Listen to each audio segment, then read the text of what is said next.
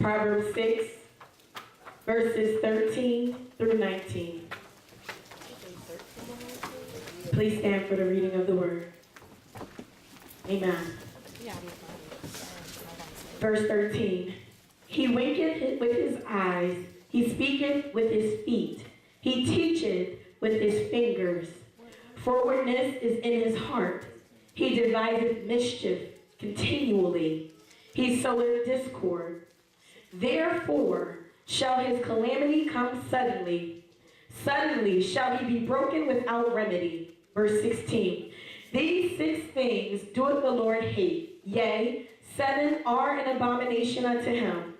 A proud look, a lying tongue, and hands that shed innocent blood, and heart that deviseth wicked imaginations, feet that be swift in running to mischief, a false witness that speaketh lies, and he that soweth discord among brethren. May the Lord add a blessing to the reading of his word. You may be seated. Back in the day, and I know I'm one of the older people of the church, but back when I was a kid, children used to play a lot of make-believe. They make-believe they were cops and robbers, mommies and daddies, teachers and students, doctors and nurses. And kids played games like jacks and marbles and hopscotch, kickball, dodgeball. Anybody know 1, 2, 3 red light? They used to play hide and seek. They used to play double dutch. And even the boys would jump double dutch. They played softball.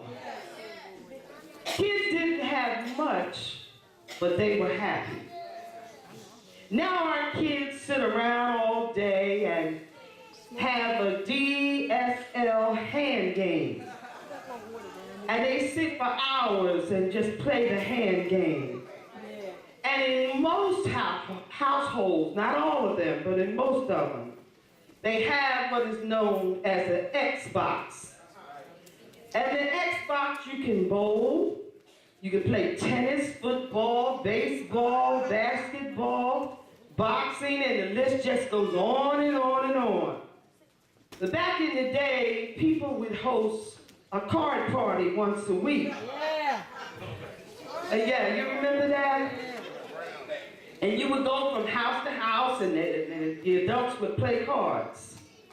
Now you can sit at your computer and play cards and win every hand and never take off your pajamas.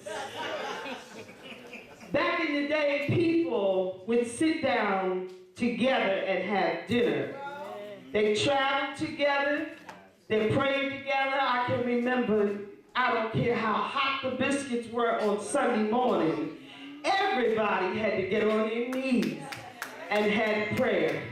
And my grandmother could pray the longest prayer on Sunday morning with the biscuits and the cheese eggs and the sausage and the home fries, and sometimes it'd be grits, and she'd make cinnamon rolls, and we had to be on our knees, and my head would be looking over the table to make sure the food was still there. Amen?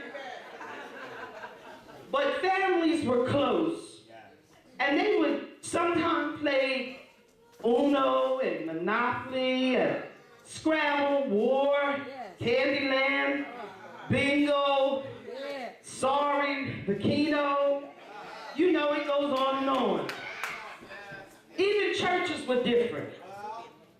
People worked together. They looked out for each other.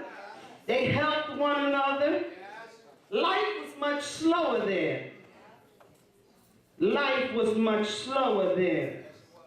I mean, you couldn't even buy a toothpick on a Sunday. That's right. Anything you wanted from the store, you better get it on Saturday. Because nothing was happening on Sunday. But now we're wiser, we're smarter, we're faster, we're more cunning in life. cunning in church, and 2, our fellow man. And if I can take on my pastor's mantle for just a minute, for these next 15 or 20 minutes, I'd like to talk to you about the games that people play.